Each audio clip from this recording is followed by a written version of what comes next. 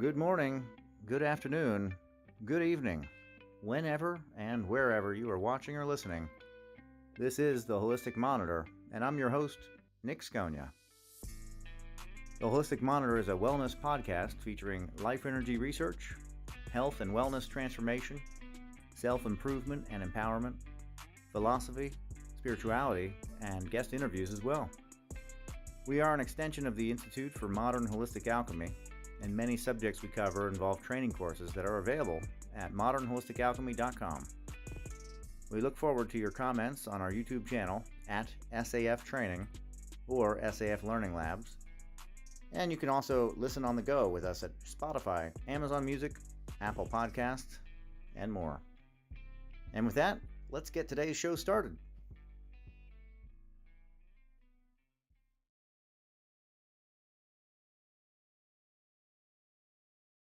And welcome to the Holistic Monitor with your host, Nic Scogna.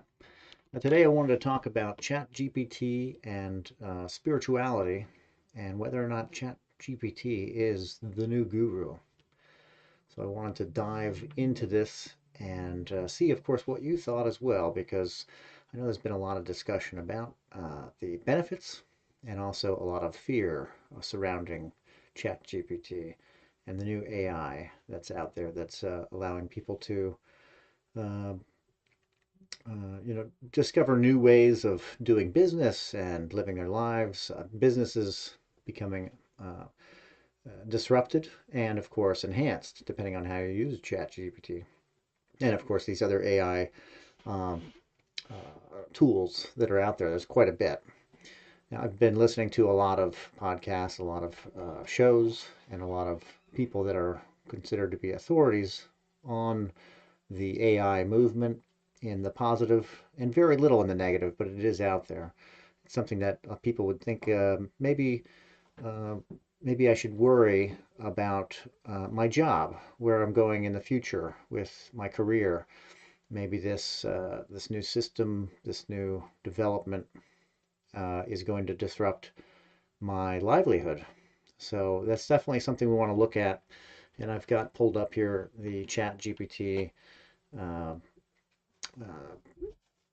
place where you can type in your prompts and get some responses. So I wanted to dive in to a couple of prompts that I thought would be really,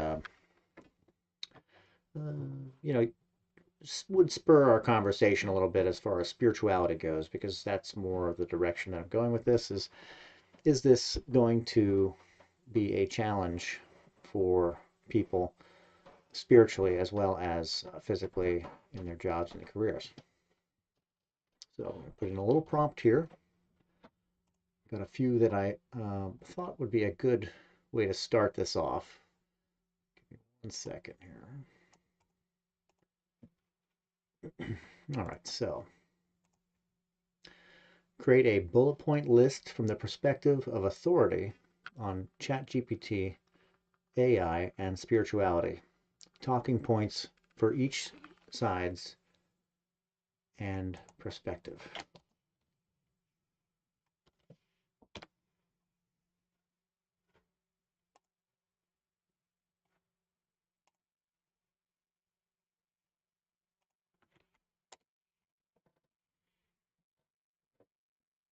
From the perspective of an authority on ChatGPT, ChatGPT is a state-of-the-art language generation model developed by OpenAI. It is trained on a massive amount of text data, allowing it to generate human-like responses to a wide range of prompts. ChatGPT can be fine-tuned for specific tasks such as language translation or question answering. One of the key features of ChatGPT is its ability to generate coherent, contextual, appropriate responses, even when the input is incomplete or ambiguous. That's how we move through. Of course, then it gives us the AI definition as well. From the perspective of an authority on spirituality, spirituality is a broad term that encompasses a wide range of beliefs and practices related to the non-material aspects of human experience. So you see a contradiction right there. Spirituality can involve belief in a higher power or a transcendent, but it can also take other forms, such as a connection to nature or a sense of inner peace. Many people find that spirituality provides a sense of meaning and purpose in their lives, and it can also be a source of comfort and support in times of stress or adversity. There are many different spiritual traditions and practices, such as meditation, prayer, and ritual, that can help people connect with their spirituality. Some people also believe that technology and AI can be used as a tool for spiritual growth and connection. Some people do. So that's kind of what we're looking at.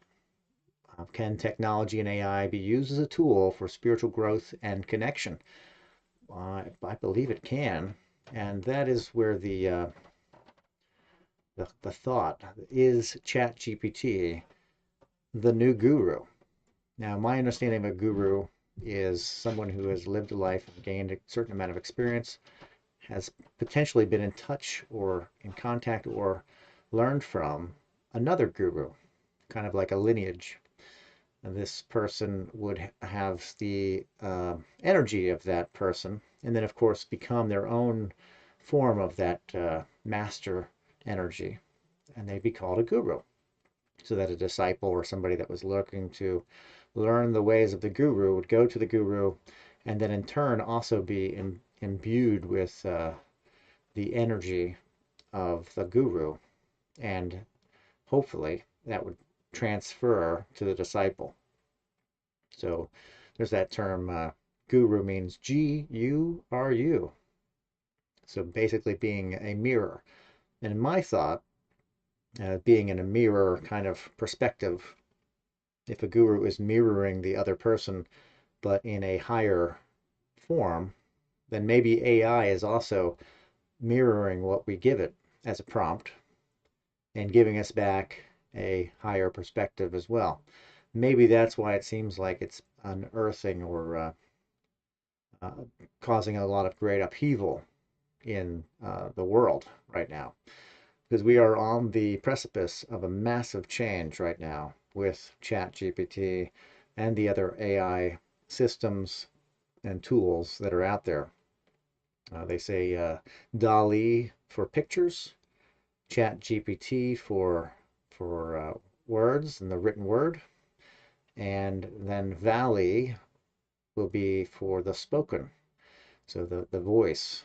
So even my voice right now will also be enhanced at some point in the future, probably by this new means of communication. And it's definitely something to dwell on. Your interactions in the future, you won't really know if that's actually a person or an AI. Now, the AI is likely prompt by somebody in the beginning, but this this world that we're moving into, you just don't know who you're talking to. Maybe I'm AI, right?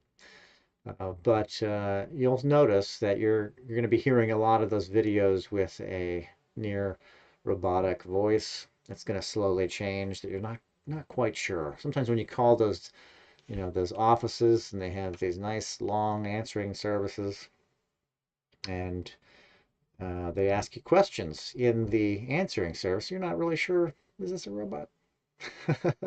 Is this AI? Well, it's programmed, but a lot of that is pre-programmed and very well-trained systems, computer systems that work with the responses that they're given and answer questions as they're trained to do. ChatGPT, as we can read, is a fine-tuned for specific tasks, okay, such as language translation or question answering. And it's trained on a massive amount of data, which is only growing at this moment, allowing it to generate human-like responses to a wide range of prompts. And that's all in the way of the word, basically. The skill of learning how people talk and what they're looking to, how they're looking to hear a response back. Now, that's a good prompt, okay? That just kind of gets us laid out. All right, here's our three categories. One of the great ways to work with ChatGPT to get answers, to dig into the database and its perspective, because that's kind of what we're looking at here is this perspective. We really want to know um, where AI is coming from. Because we may know where we're coming from, but where's AI coming from? So we have another prompt here. If I can pull this up.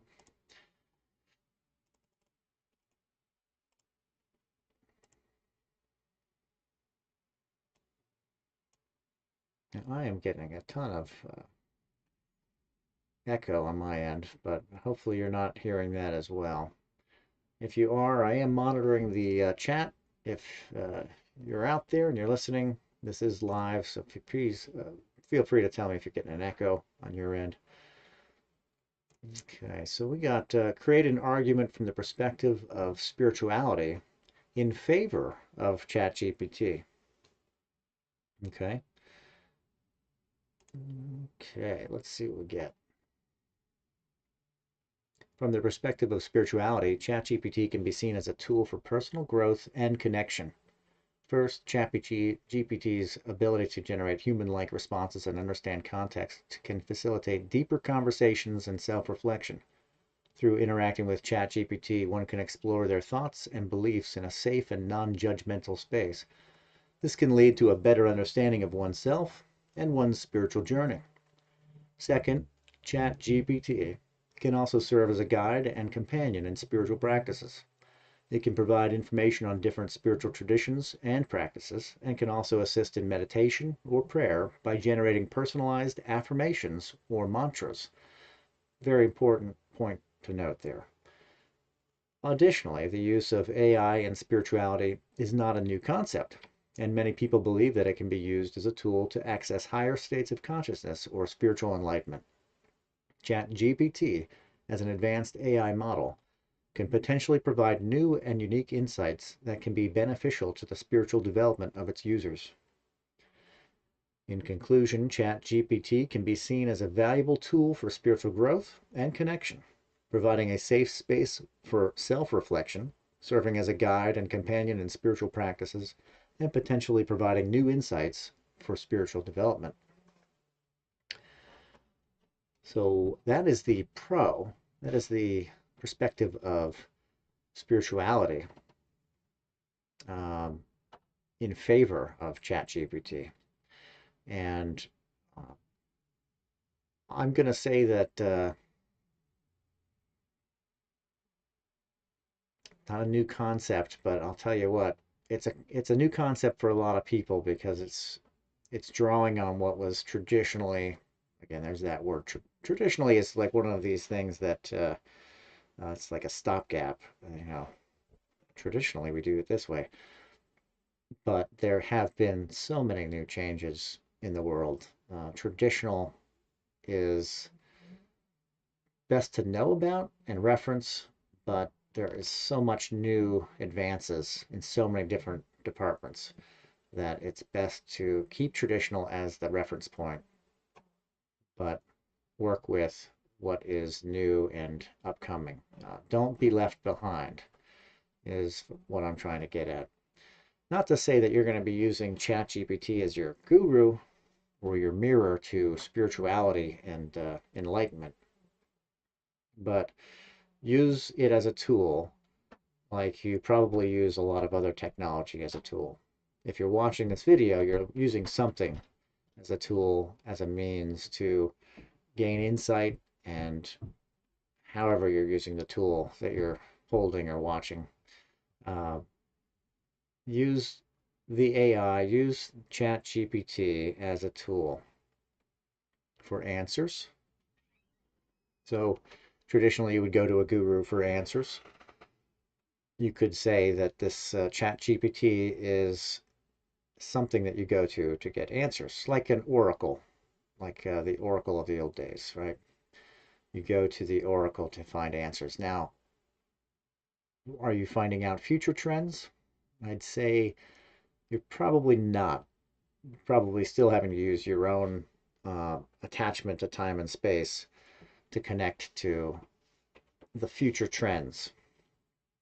But patterns of the past, and this is programmed from 2021 back, You are getting a perspective of what has been and very likely what is, and you would be responsible for the actions of what will be the future for yourself.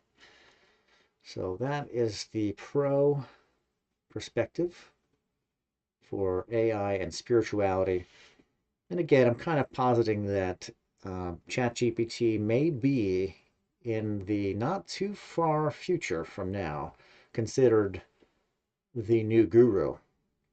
What was a person connected to the enlightenment chain may now be the AI. This could be attached to the outcomes that we see of the change from the age of Pisces into the age of Aquarius, where things are becoming extremely airy and mental and thought-oriented versus religious and expressive through emotions and water, like coming out of the water and into the air. AI is definitely something that I would have guessed would be in the trend for an Aquarius future, a dreamer of sorts, right? So let's do another prompt.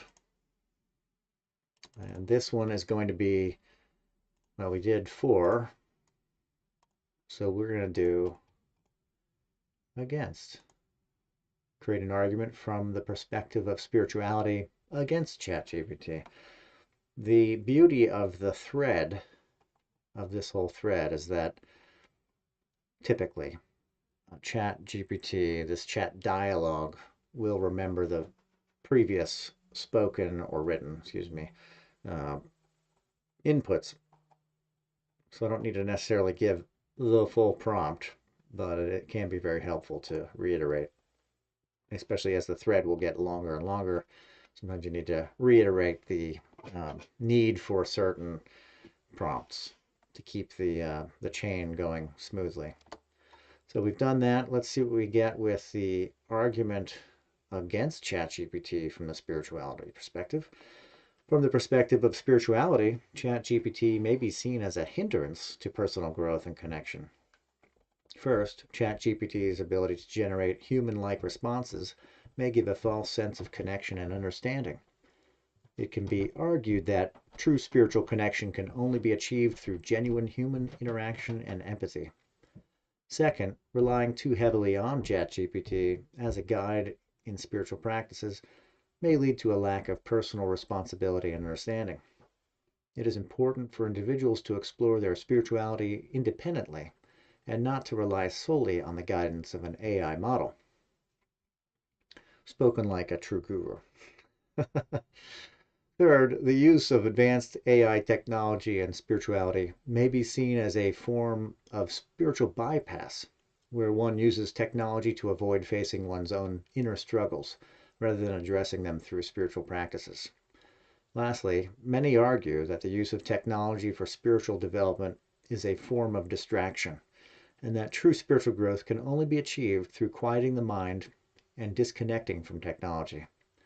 In conclusion, ChatGPT may be seen as a hindrance to personal growth and connection, providing a false sense of understanding, leading to a lack of personal responsibility, and understanding potentially being a form of spiritual bypass and can be seen as a distraction from true spiritual growth. So, yes, and of course you can see all of those things as like any kind of habit forming. Using any tool in excess could be seen as a habit, and that habit could become a hindrance or a crutch, the vehicle of expression, when you should be relying on your own faculties to gain the same insights.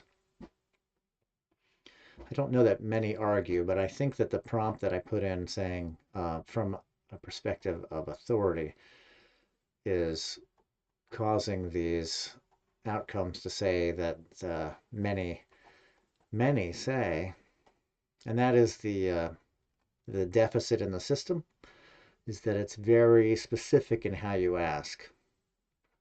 Um, much like when you go to a genie in a bottle and you have prized the genie in the bottle and you get your three wishes, you have to be very careful how you ask for those wishes to become manifest. The way in which you ask or state what you want becomes the truth and the reality. And not to say that this is going to swerve you so wrong that, well, I mean, who knows, right? But most likely you're not going to prompt it with something inaccurate and then cause a massive shift and upheaval in your life. But stranger things have happened, right? But it is important how you prompt the AI.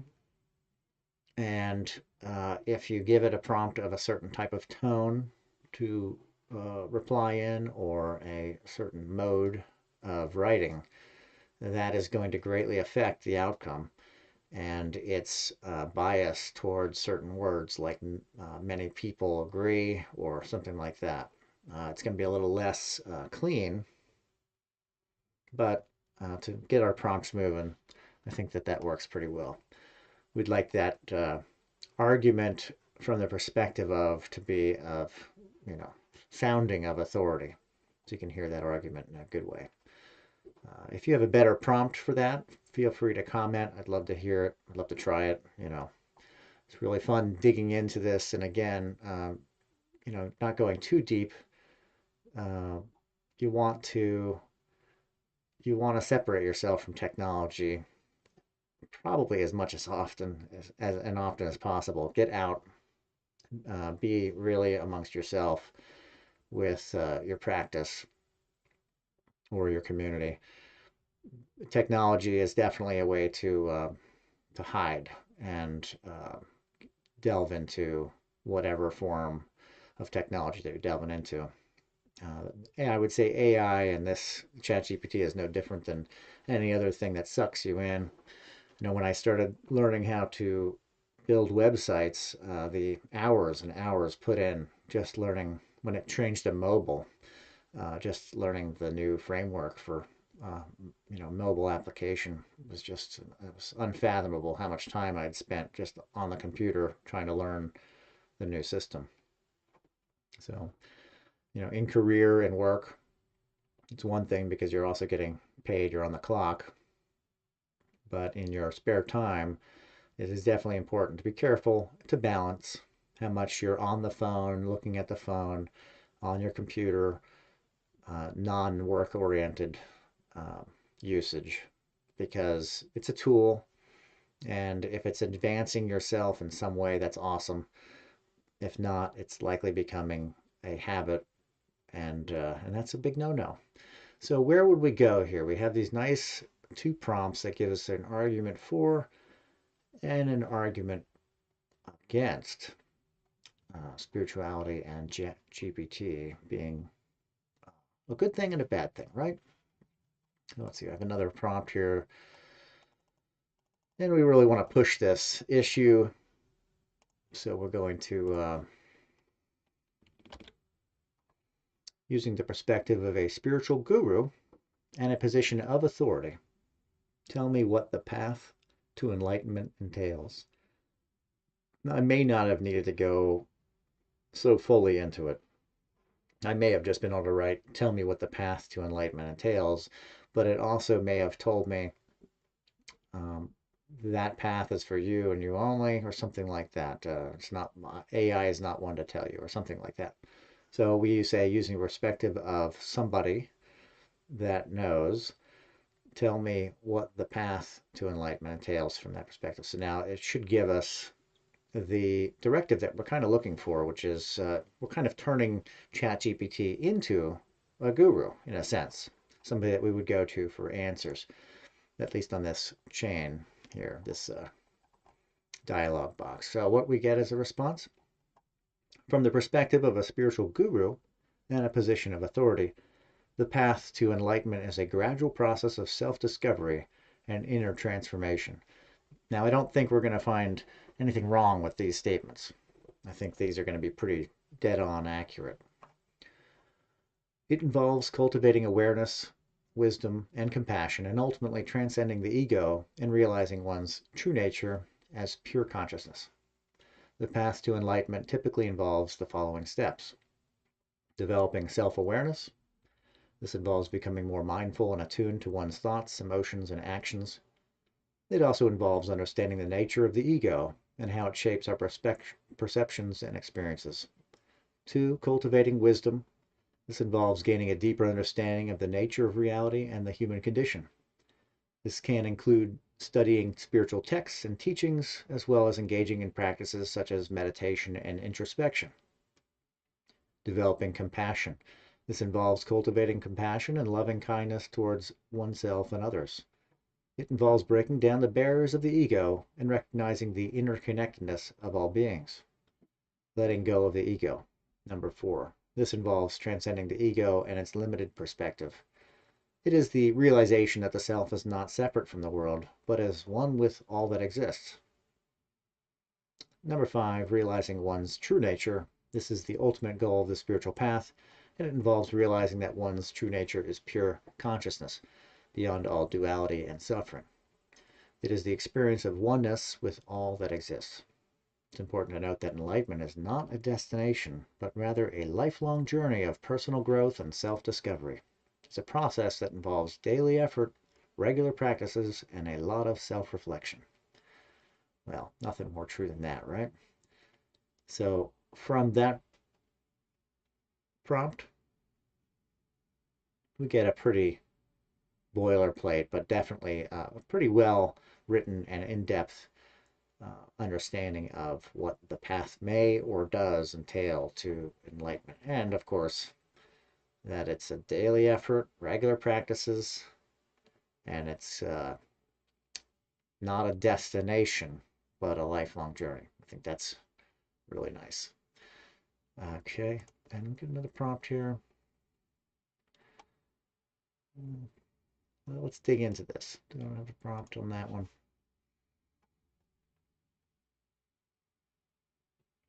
So, okay, we have some pretty good prompts here on the ChatGPT as a guru. So then we would ask from the same, no, from the same perspective. Let's see here. Get some kickback on that. Okay. Same. Does not like me writing.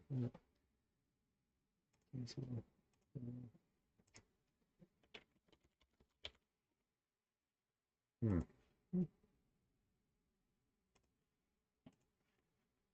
Okay, so, okay.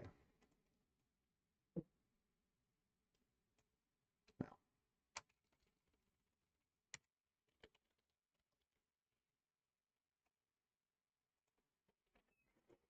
definitely getting kickback there.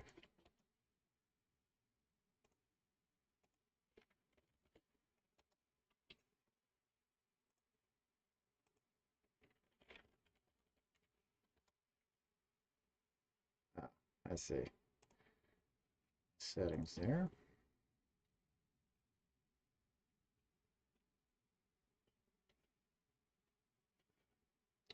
Brief pause.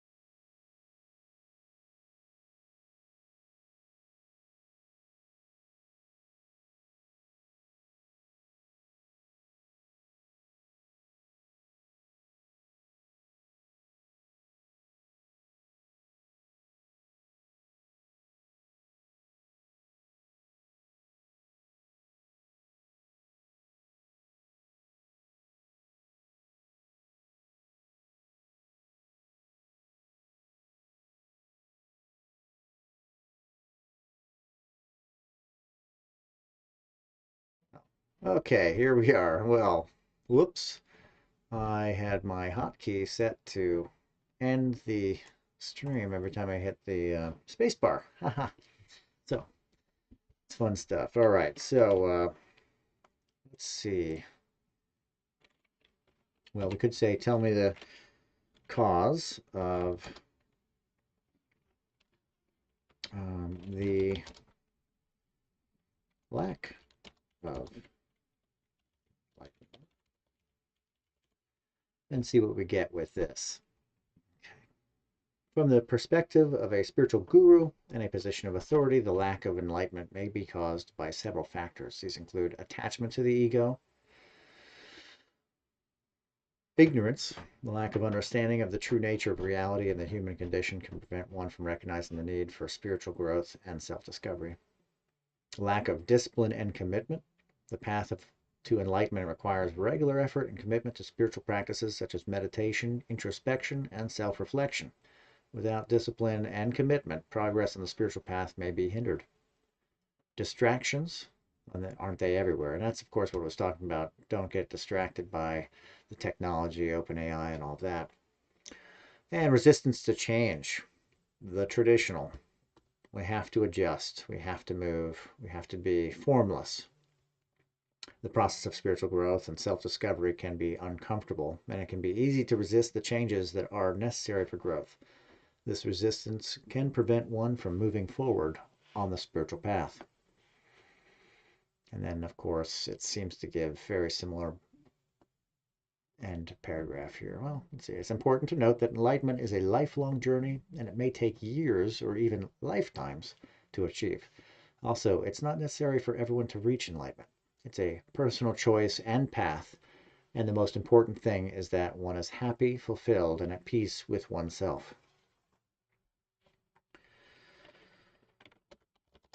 And we're going to go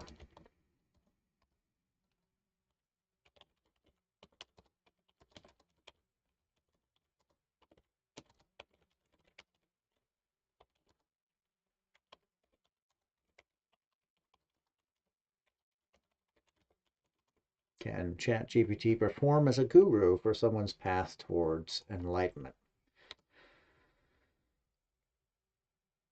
It is possible for ChatGPT to provide information and guidance on spiritual practices and teachings, and to facilitate self-reflection and introspection. However, as a language model, ChatGPT is not sentient and does not possess consciousness or personal experience. Therefore, it is limited in its ability to provide the kind of deep understanding, empathy, and compassion that a human spiritual guru would be able to offer. Additionally, it is important to remember that ChatGPT can only provide the information it has been trained on. It does not have the ability to create new knowledge or to understand the complexity of a person's inner life or inner self, which is essential for enlightenment. It's important to note that ChatGPT can be a helpful tool for gaining knowledge and understanding about spirituality and personal growth, but it is not a replacement for an experienced and qualified spiritual guide who can provide personalized guidance, support, and wisdom. The best approach would be to use ChatGPT as a supplement to your spiritual practice and not as a replacement. I think that's probably the most important part of this whole video. A supplement, a tool, but it is going to be within each person's path and way to find their guidance. Something that I posited a long time ago was that in the old days, you would find yourself a spiritual teacher, a guru, a master, and if you're so inclined or given the opportunity, you may stay with that master and that teacher and learn the ways and become a disciple and potentially in the future also become a master as well. That was the old way of doing things, and with our new technology and our new world that we live in, abandoning most traditions, I would say that spiritual practices is also one that has seen an earthquake, that it is really falling apart, the lineages, and it's really been broadened out. Kind of a promise of the age of Aquarius was that all information would be available, everything would be known, everything would be visible as if from the sky, right?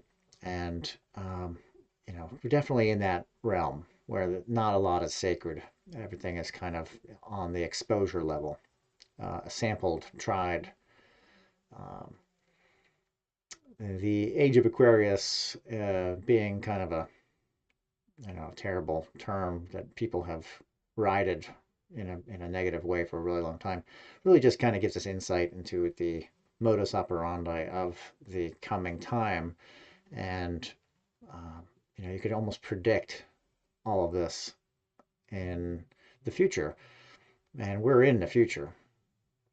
I believe that we pushed into the social sign of Aquarius when we, maybe in 2004, when we really started to see a lot of the social networks develop. And I believe Facebook was actually formed in the sign of Aquarius, which tells you the business itself is an Aquarius, much like you birth anything. Whenever you birth it, that is actually when it's what its sign would be as an entity, as a concept. And the age of Aquarius coming, which we're not like in it, but we can obviously feel the influences of communication increases, mentalism. We should see a lot more psychic energies being present. People being born with exceptional gifts, people being born with memories from the past that don't make any sense to the closed off, veiled life that we were living in the age of Pisces. You would think Pisces would have a lot more of the mentalism, but spirituality was more of the hallmark, whereas Aquarius is going to be falling more on the mentalism, on the mind and the air sign qualities.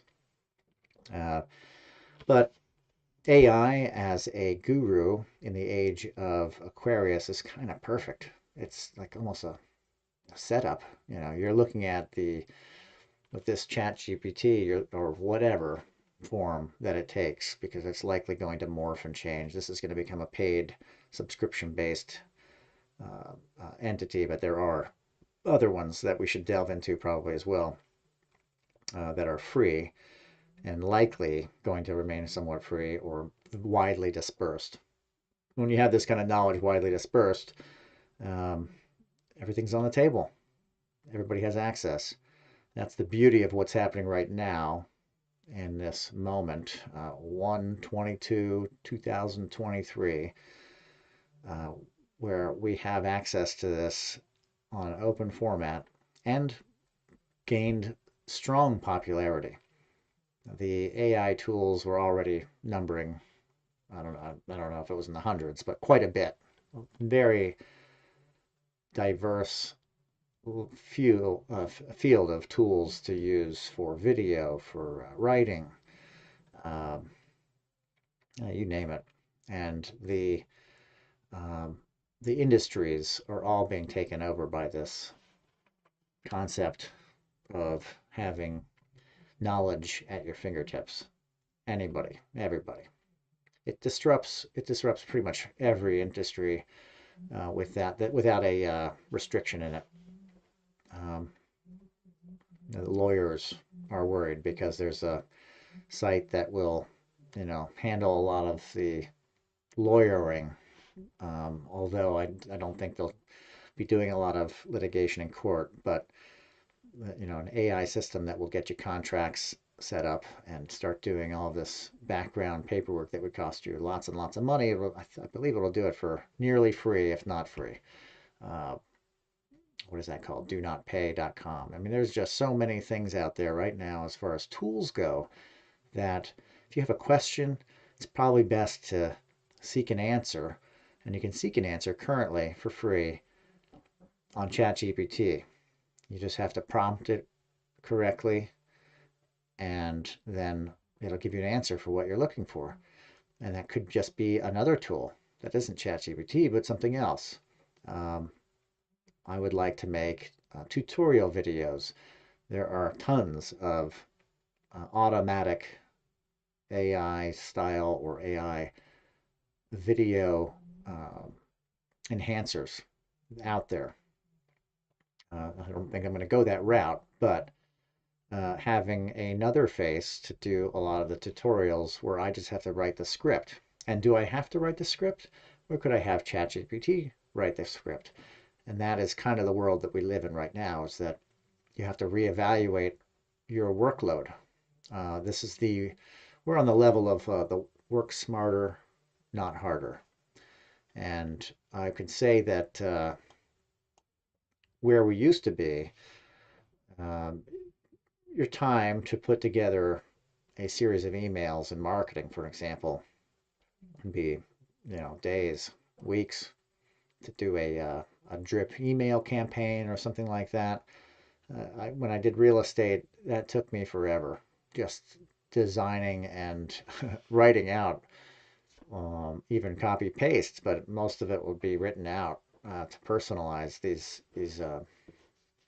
very long emails can be just done in a matter of minutes uh, currently with AI. So how much time would that save me and free me up? That's working hard or working smart. So right now we're on the precipice of reconfiguring everything we do to work smarter by utilizing tools at our fingertips that we did not have before. Um, so there's a lot of benefit to that. Now, is ChatGPT and all this AI on the lines of a get rich quick scheme kind of thing? Um, it's going to fall into a lot of timing and those with the knowledge to be able to use these systems for their benefit to capitalize on all that's going on. Uh, Stable diffusion is, I believe it's free and staying free forever. And that one will be widely distributed. And I highly recommend setting up Stable Diffusion and a Stable Diffusion account and start getting involved and start spreading the word. Not hiding from this, not running away, but learning it. Because it's just like a tool. It's like a car. And if you don't know how to drive, it's completely fine. I know a lot of people that can't drive, that never wanted to drive and don't drive. This is much like a car, and you may never want to ever use AI or prompts or anything like that, or have no need for it, and that's fine. But if you are out in the world and you're doing something with your business or you're uh, seeking answers and you feel like you are working harder than you need to be working, there may be a solution. There may be a way to work smarter rather than harder. And I think that,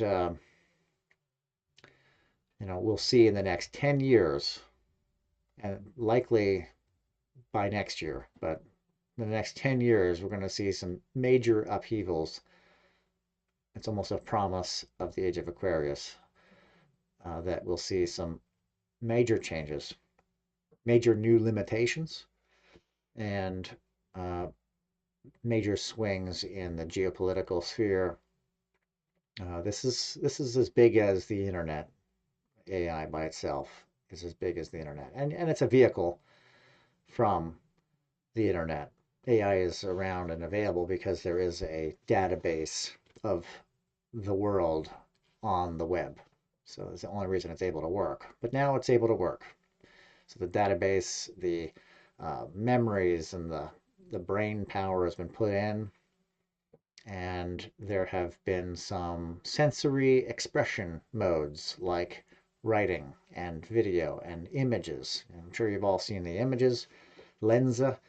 There was another company doing the same exact thing, profile pictures, and they were making $100,000 a month, something like that, on their wonderful website, very profitable. You'd send them a picture and it would give you a nice AI picture for your profile on Facebook or whatever. Lensa came along, more viral, better situation. I believe the price was a lot less at whatever it was, $12. I think the other company charged 30 or something like that for the same service. Uh, Lensa made $1 million a week, $1 million a week from the other company doing 100,000. So you see a major shift and a major change. You hear a lot of people talking that Google is going to be challenged. I doubt it.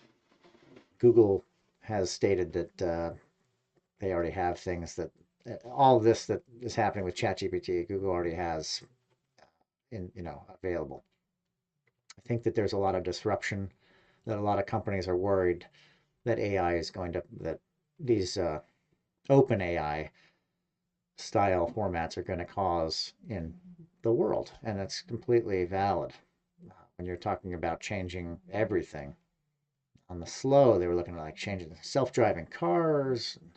To start with, the trucks and truck delivery. This is going to disrupt the trucking industry and truck drivers' jobs. Um, that's where they're going to start.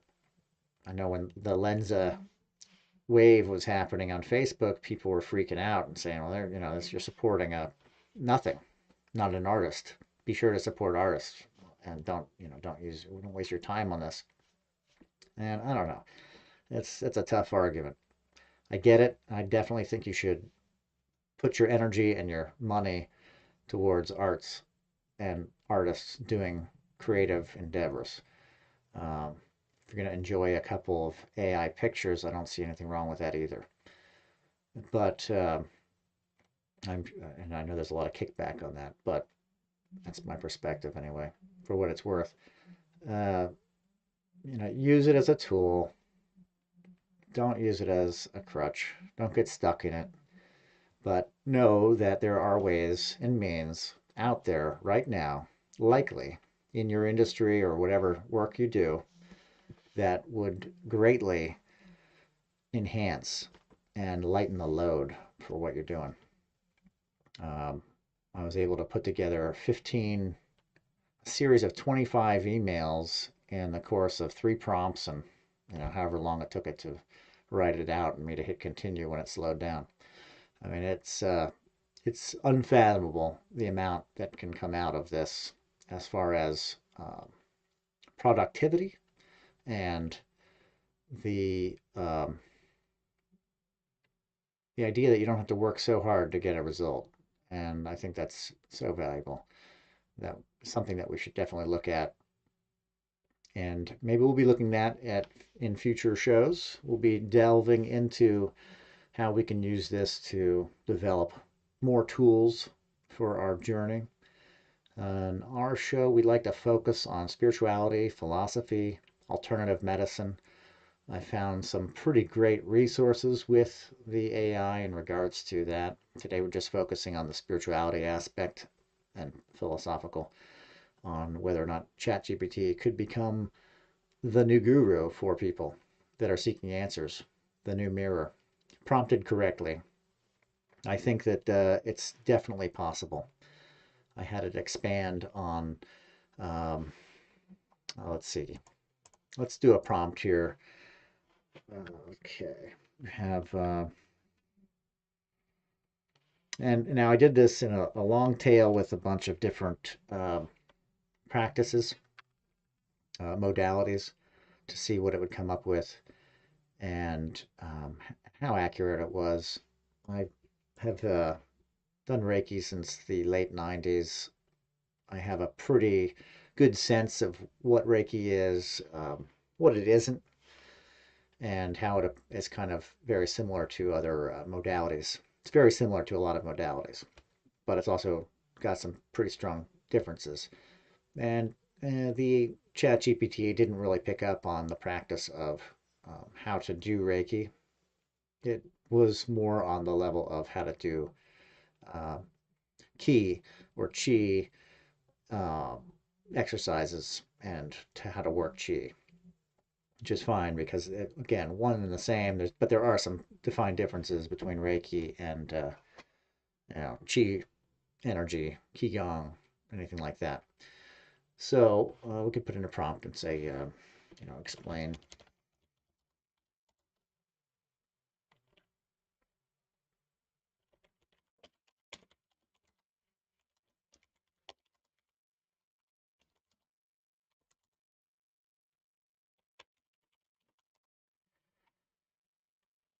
So you go, well, whatever, Tai Chi, we'll just do that.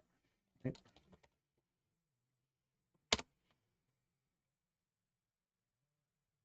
So it's going to give me a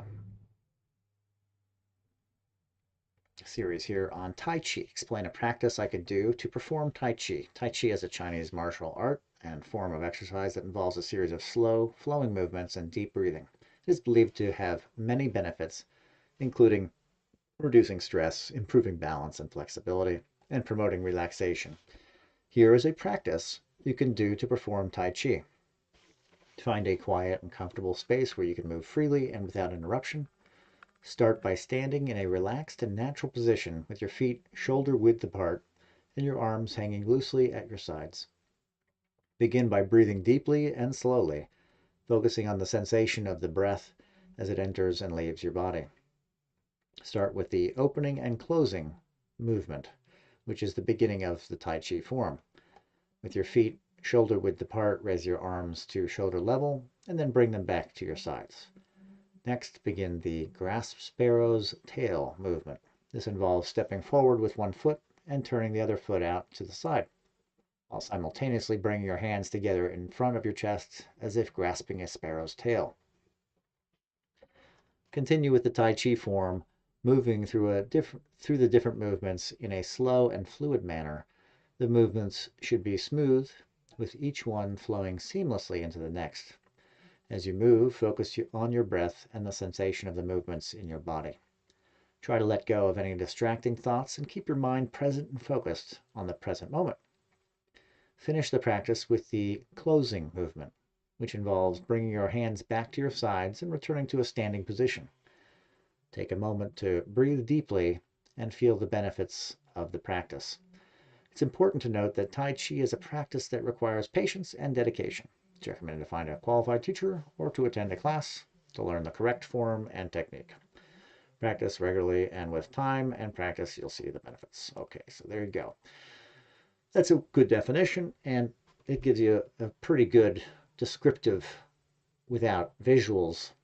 Now you could take these descriptives and then pull them into Google or something like that, grab some visual aids, and you have yourself a teacher without having a teacher. And I kind of was uh, mentioning that earlier in the new age that we're in. We've lost a lot of the teachers. We have to become our own teachers. We have to find our own way. We may have to relearn practices and methods.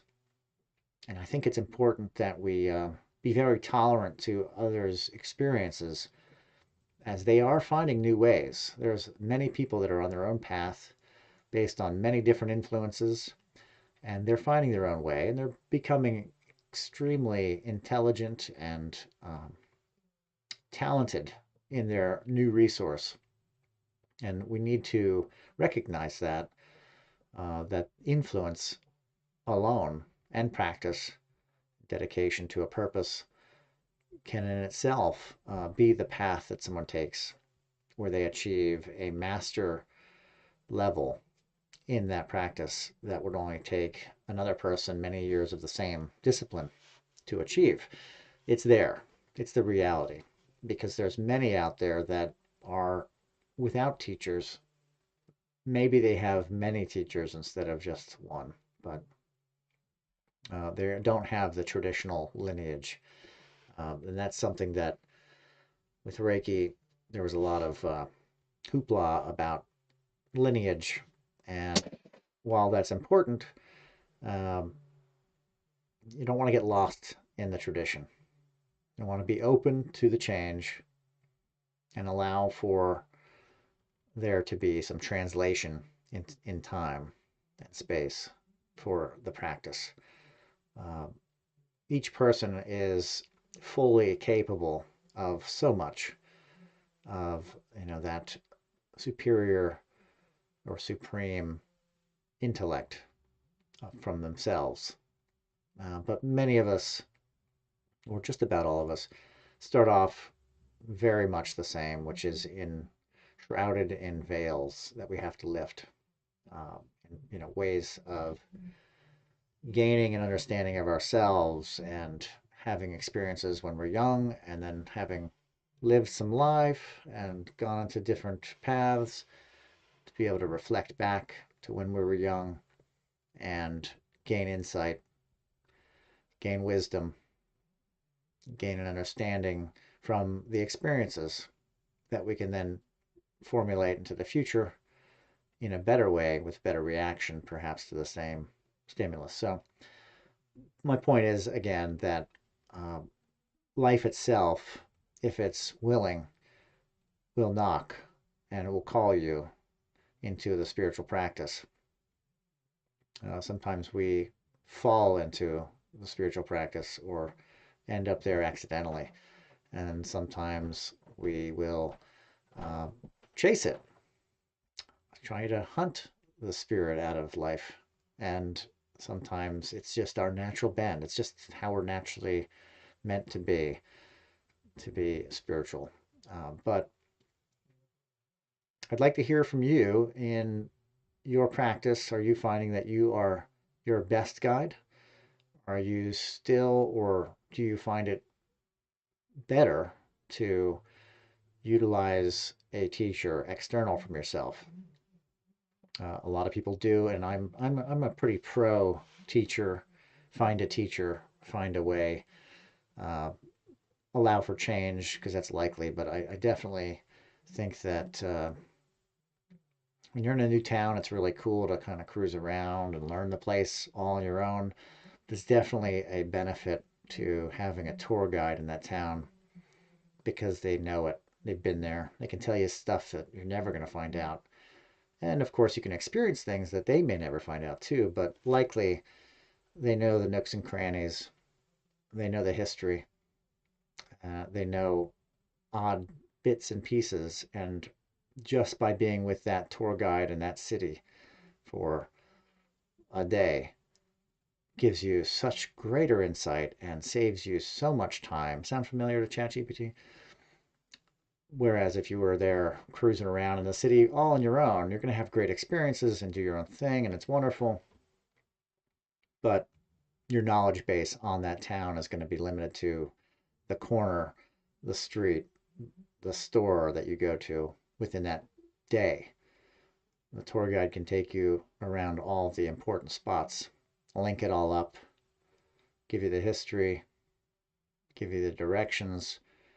In one day, you can gain so much more from a tour guide, I'm going to say, than you will trying to learn the city on your own in a day. Because that tour guide who likely lives in that town or has visited many, many times to a town that you've never been to knows where to go, knows where the good food is, knows where the good food isn't. And not to say that you go to the place where the food is bad is going to be a terrible experience or anything like that, but gaining the experience from somebody else gives you the option to know, okay, that type of place isn't my type of place. I don't like lobster, so why would I go to that place? Whatever. You find out it smells like lobster, you just saved yourself a trip. So, anyway, that's just a form of long-tailed perspective on all that. As far as ChatGPT goes, I, I love using it for business. I find it to be really, really helpful. I find it very interesting when delving into the spiritual side of life, as is known by the internet and written word. And, I find it just fascinating. There's a lot of depth to it, but it's a lot that it doesn't know. I'm a big, big on books. I love books. I'm pretty sure that there's a lot of books that aren't available online that out of print books that I have, and then there's some that are very famous and they're out of print or whatever, um, very old books, and I'm sure they're all are online and they have a lot of insights and a lot of places that can be drawn for inspiration and intelligence. Um, that you can get from the AI, but there's plenty that you can't. So I feel like you've got to keep your life open to the experiences. But as a tour guide, this Chat GPT is just fantastic for knowledge and you know help you circumnavigate different experiences. If you're not really sure what kind of, I don't know what kind of spiritual practice is going to fit my life so much. Maybe you're just not sure where to go. Well, there you go. There's a mystery. So we would ask the the chat bot. We would say, list out 25 spiritual. Spell that right.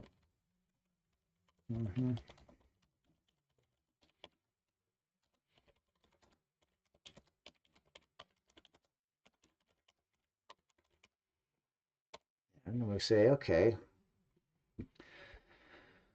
now list out 25 spiritual practices with one sentence definition. I spelled all that wrong. That's great.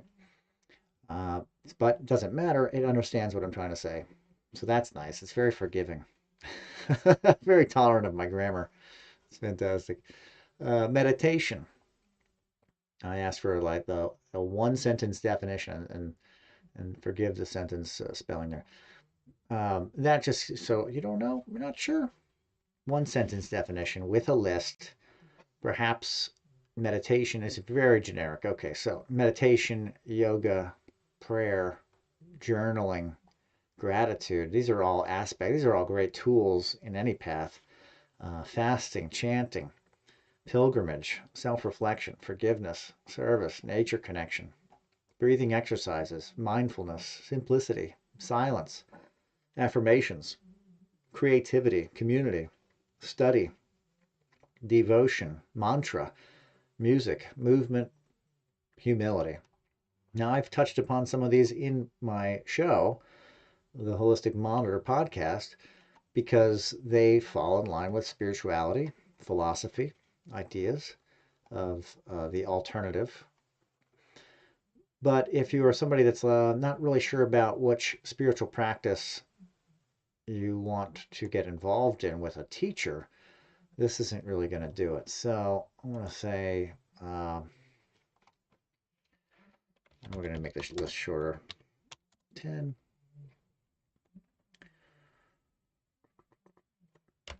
Methods.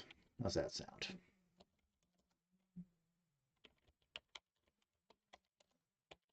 No, I think it should be modality, because modality really gives you the mode, hopefully, right?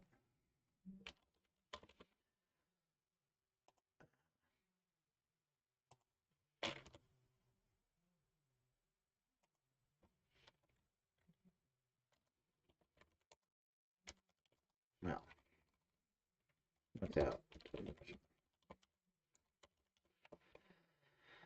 Let's just see if we get the right meditation, yoga, prayer. No, still not getting the right prompt. And so here you go. I'm looking for named systems. So we'll say systems of practice. There you go. Okay. Shamanism, Tantra, Sufism, Kabbalah, Zen Buddhism, Advaita Vedanta, Theosophy, Transpersonal Psychology, Hermeticism, Eckhart Tolle's teachings. Okay, so there you go. So systems of practice. And so how do you prompt? Good question. And you got to kind of act like you're talking to a person, and maybe a person with a lower understanding and taking everything extremely literal, much like a genie. How you wish is very important. So systems of practice, perfect. All right, so there's 10. You're not really sure. Maybe you'll look into Kabbalah, Zen Buddhism, Theosophy. Um, maybe these would be somewhere where you feel like, okay, now I feel like I have a direction, what kind of practice I feel most comfortable with.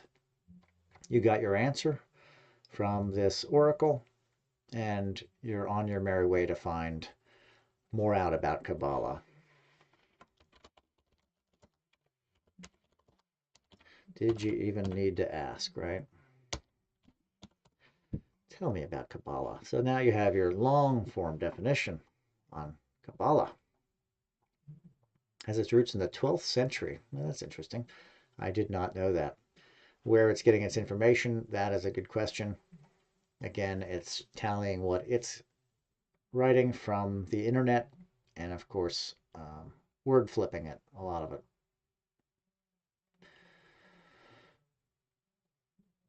And we know that the Kabbalah likely goes back to the 12th century BC, right? Or even further, perhaps?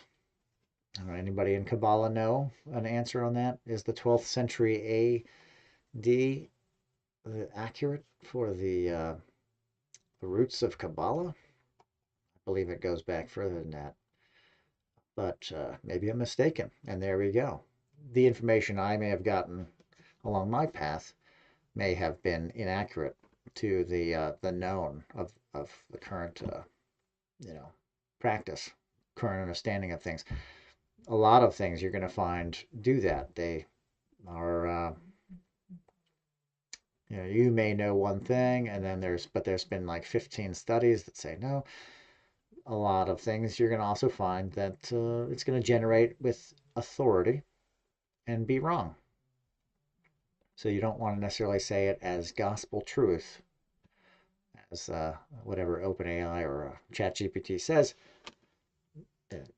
May not be gospel's truth. You may still want to investigate more. And I'd love to investigate whether Jewish mysticism of Kabbalah has its roots in the 12th century. It just feels so current to something that's so ancient. But I could be wrong. After reading this about Kabbalah, you may go, oh, okay, maybe that's something I want to look into. And then you delve into where can I learn about Kabbalah? Ooh. Notice I'm not even using question marks. It already knows what I want. Kabbalah centers. There are several ways to learn about Kabbalah. Kabbalah centers, online resources, of course, websites such as Kabbalah.com, books. I learned most of my knowledge on Kabbalah in books, the Zohar being one of them. Universities and colleges. Some universities and colleges offer courses and programs on Kabbalah, Jewish studies, and religious studies departments where students can learn about the history, theology, and practice of Kabbalah. So, point being, you can delve into these things. You can find yourself a direction. A lot of times, what's most important is that you take the first step. And I'd like to say that this is a tool that has answers for just about anything that you're wanting to know. You'll still need to back it up with a good prompt and further research to make sure that it's accurate. But it is a really good oracle in the sense that you can say, I am interested in X and I'd like to become Z. What is the best path to doing that? And for that, that's fantastic. ChatGPT definitely is one of those groundbreaking things that has just blown up all over the world.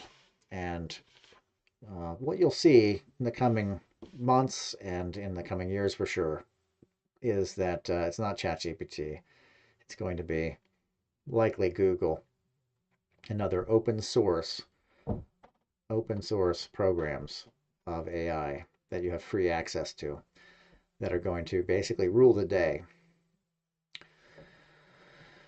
Yeah. So that concludes today's episode of the Holistic Monitor. We hope you enjoyed the intersection of technology, spirituality, and AI with us. And we want to make sure that you know that you can subscribe, and we definitely want to invite you to subscribe for our show. We have a podcast. It's the Holistic Monitor. It's posted on Anchor, which goes out to all the major locations for the podcasts.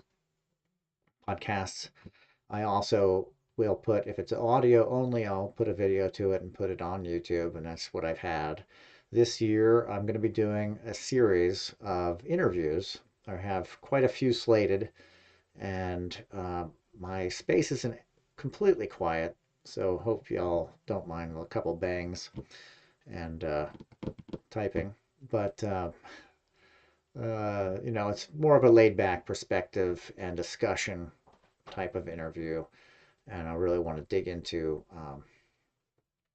different practices that people have and the way that they're approaching the world and life and how they're helping people and themselves. And, but those will be video, hopefully, video format with either just me or me and the guest. And we'll be going over what they do and what they're all about. And it'll be really, really cool. And that's going to be starting in February, which is real soon. So please subscribe and share if this is something that you feel like somebody else would get something out of. Make sure to share this to social medias or on your email chains or wherever you're doing it. Like, comment. I did bring up a lot of questions. There's definitely a lot of questions on ChatGPT. Feel free to comment. Give me some of your experience. I'd love to hear what you're doing. Some prompts that are working for you, or other AI systems and tools that you're using. So I wish you farewell, a wonderful week ahead. Hopefully, I'll have a show coming up in the next week or two. And for now, I bid you farewell. Be well.